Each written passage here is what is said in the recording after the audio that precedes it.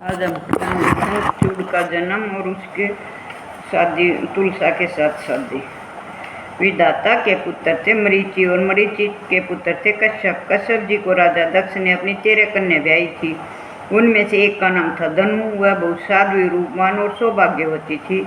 उसके अनेकों पुत्र हुए, जिनमें से एक पुत्र विपरीचित था। वह बहुत बलशाली और पराक्रमी था। विपरीचित के एक पुत्र था, नाम दबमान था।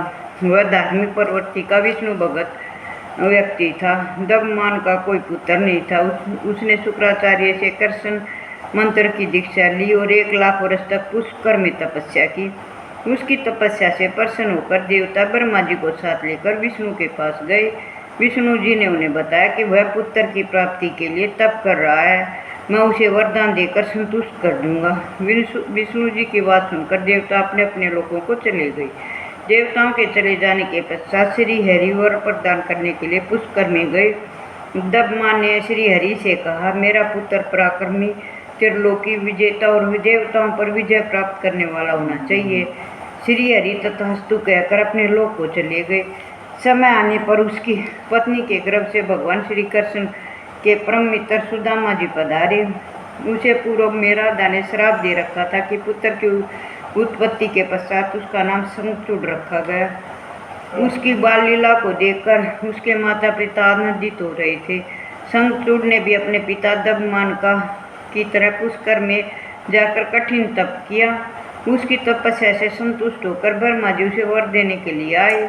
उसने ब्रह्मा जी से वरदान मांगा कि तुम मुझे देवता पराजित न कर सके ऐसा वरदान दो। ब्रह्मा जी ने तथास्तु कहकर उसे श्री कृष्ण का अक्षय कवच प्रदान किया और उससे बोले, तुम बद्री का आश्रम जाओ और वहाँ तुलसी जी तप कर रही है, तुम उससे विवाह कर लेना।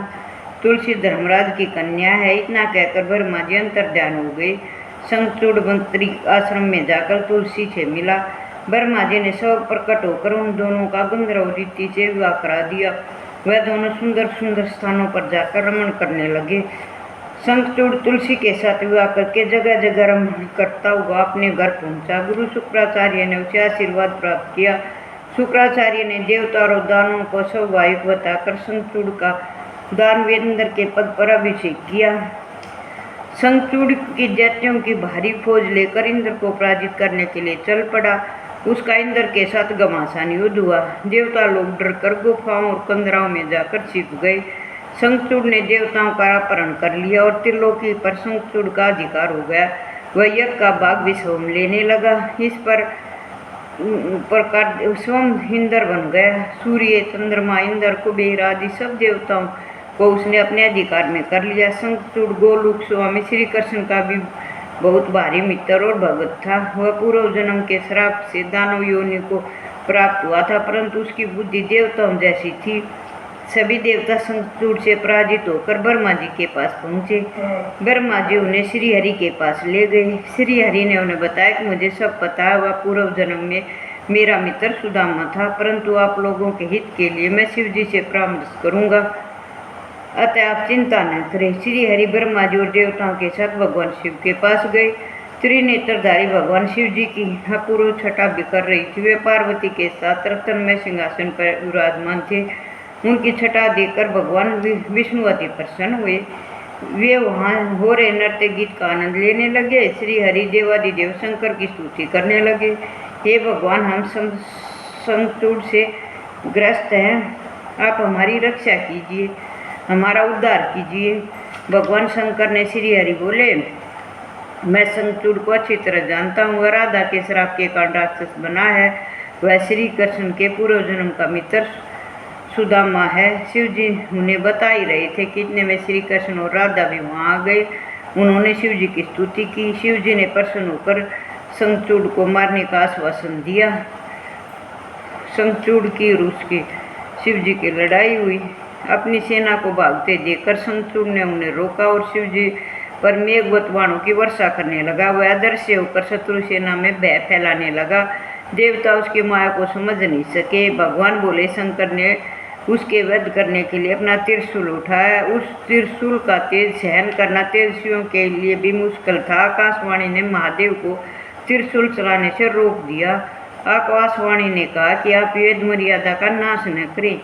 उसके पास जब तक विष्णु का दिया कवच और पतिव्रता पत्नी है तब तक नहीं मारा जा सकता। तब शिव जी ने त्रिशूल को रोक दिया। इसके बाद शिव जी ने विष्णु का स्मरण किया। विष्णु वहाँ आए। विष्णु जी ने व्रत ब्राह्मण का वेश बनाकर शंखचूड़ के पास जाकर भिक्षा में उसका कवच मांगा। शंखचूड़ ने अपना कवच उन्हें भिक्षा में दे दिया। इससे विष्णु जी शंखचूड़ का वेश धारण करके उसकी पत्नी तुलसा के पास गए और तुलसी के साथ रमण करने लगे। समय मिलते ही शिव जी ने विजय नामक शूल से शंखचूड़ पर चलाया। इससे उसका संहार हो गया। आकाश में दुदुम्बी बजने लगी और देवता फूलों की वर्षा करने लगे। शंखचूड़ भी शाप मुक्त हो गया और उसकी अस्थियों से एक प्रकार के शंख की जाति बनी। भगवान श्री हरि ने देवताओं के कार्य हेतु ब्राह्मण का रूप धरकर शंखचूड़ से कवच मांगा और फिर शंखचूड़ का रूप धारण करके उसकी पत्नी तुलसी के पास गए। तुलसी ने उन्हें अपना पति समझकर सिंहासन बैठाकर चरणाव्रत लिया और उन्हें पान का पीड़ा देकर युद्ध के समाचार पूछे। तब उन्होंने बताया, हे प्रिय, ब्रह्मा जी के द्वारा हम दोनों में संधि हो गई है। इस कारण शिव जी चले गए हैं और मैं तुम्हारे पास आ गया हूँ। फिर विष्णु जी ने तुलसी के साथ रमण करने लगे। भोग के समय तुलसी ने उन्हें दूसरा मनुष्य जानकर श्राप देने को तैयार हो गई। तब विष्णु ने अपनी असली रूप प्रकट हो गए और तुलसी अपना पतिव्रत भंग जानकर क्रोध में भरकर उनसे बोली, हे विष्णु, तुम्हें दया नहीं है, तुम्हारा हृदय पाषाण के समान है, तुम पत्थर बन जाओ। तुम्हें दया सागर कहना गलत है, तुमने छल से अपने भगत का वध कराया है। इतना कहकर वह विलाप करने लगी। उसका विलाप देखकर श्री हरि ने शिव जी का स्मरण किया। तब वह शिव जी प्रकट होकर तुलसी को संसार के नाशवरता का बात समझाने लगे और उसे अपनी तपस्या का फल प्रदान किया। उसने कहा, तुम दिव्य रूप धारण कर वैकुंठ में श्री हरि के साथ रमण करो। तुम एक रूप से नदी और दूसरी रूप से तुलसी नामक वनस्पति बनोगी। क्षीर सागर की तुम पत्नी भी बनोगी। इस तरह तुलसी को समझाकर भगवान शंकर ने कहा कि तुम्हारे श्राप से विष्णु भी शिला बनकर तुम्हारे साथ नदी के जल में रहेंगे। उस शिला को अनेक कीड़े काट काट कर चक्कर के निशान बना देंगे। तब उसे विष्णु शालिग्राम कहा जाएगा। इस कारण तुलसी को समझाकर शिवजी अंतर्ध्यान हो गए और तुलसी भी शरीर को त्याग कर दिव्य रूप धारण करके विष्णु के साथ वैकुंठ को चली गई। इसके बाद तुलसी और गंडकी नदी होकर बहने लगी। विष्णु जी नदी के तट पर पत्थर बन गए और कीड़ों ने उस पत्थर को काट काट कर चक्कर के निशान बना दिए। वे पत्थर बड़े ही पुण्यदायक हुए, जिन्हें शालिग्राम कहा जाता है। ये थी विष्णु और तुलसी की, शालिग्राम और तुलसी की कथा। ओम भगवते वासुदेवाय नमः। ओम भगवते वासुदेवाय नमः।